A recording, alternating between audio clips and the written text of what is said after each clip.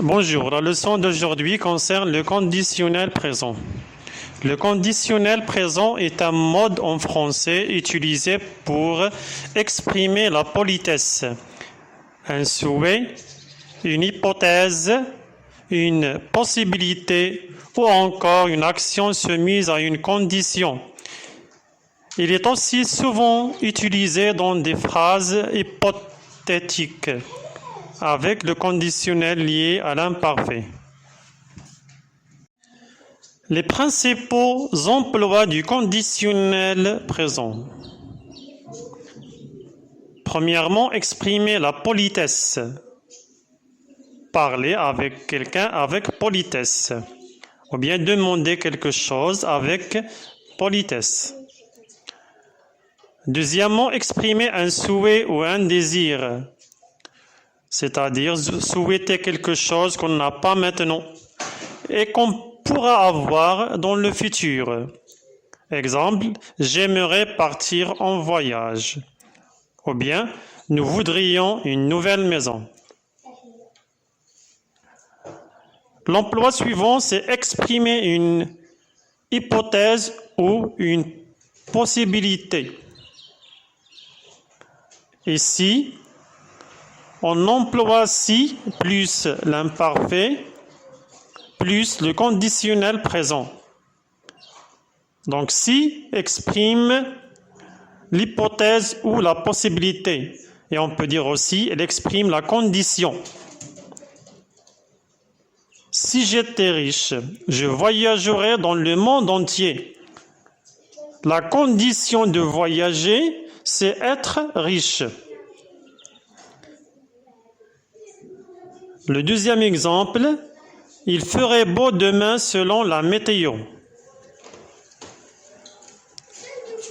On peut utiliser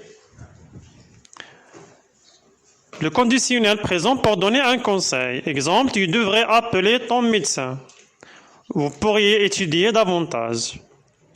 On pourrait utiliser le conditionnel aussi pour faire une suggestion. Exemple, et si nous irions au cinéma, on pourrait dîner ensemble ce soir. Pour conjuguer un verbe au conditionnel présent. Donc le conditionnel présent se forme en ajoutant les terminaisons de l'imparfait au radical du futur simple. Donc là, on a deux leçons à utiliser. L'imparfait, on prend la terminaison, et le futur simple, on prend le radical. Donc les terminaisons du conditionnel présent, comme on a dit, ce sont celles de l'imparfait. C'est AIS, AIS, AIT, IONS, IEZ, AIENT. Exemple, je jouerai. Le verbe jouer, on a laissé le verbe à l'infinitif comme pour le futur simple et on a ajouté la terminaison de l'imparfait. Donc là, on a le conditionnel. Tu finirais, on a laissé le verbe à l'infinitif et on a ajouté la terminaison de l'imparfait. Il prendrait, on a laissé le verbe à l'infinitif, on a effacé seulement le E et on a ajouté AIT. Nous boirions. La même chose, on a effacé le E et on a ajouté la terminaison de l'imparfait. Nous dormirions. Comme vous voyez, on a laissé le verbe à l'infinitif et on a ajouté la terminaison IEZ. Et il mettrait, on a effacé le E et on a ajouté la terminaison de l'imparfait AIENT. Ça, c'est pour la plupart des verbes. Mais il y en a des verbes irréguliers qui changent de radical comme le futur simple. Comme je l'ai déjà mentionné dans la leçon du futur simple, voici une liste des verbes qui changent de radical.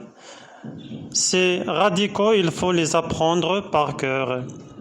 Si vous ne voyez pas ces verbes, vous laissez les verbes à l'infinitif.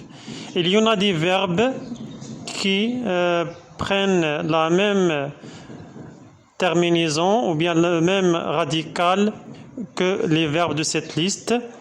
Par exemple, le verbe venir, on a le verbe aussi tenir.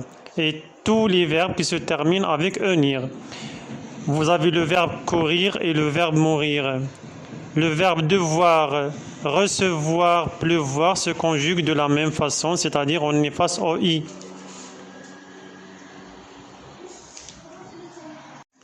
La même chose pour les verbes irréguliers du premier groupe.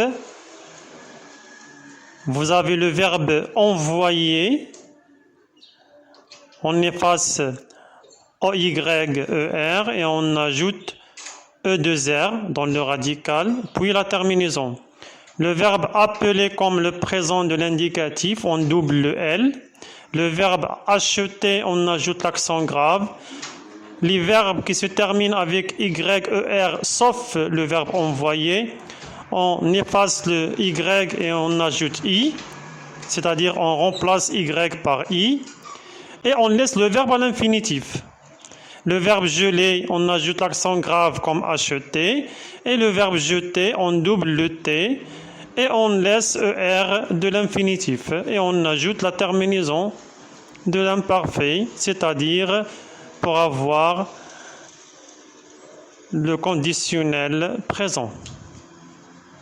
Et pour finir, vous avez devant vous un exercice d'application pour vous entraîner à conjuguer les verbes au conditionnel présent. Je vous souhaite bonne chance.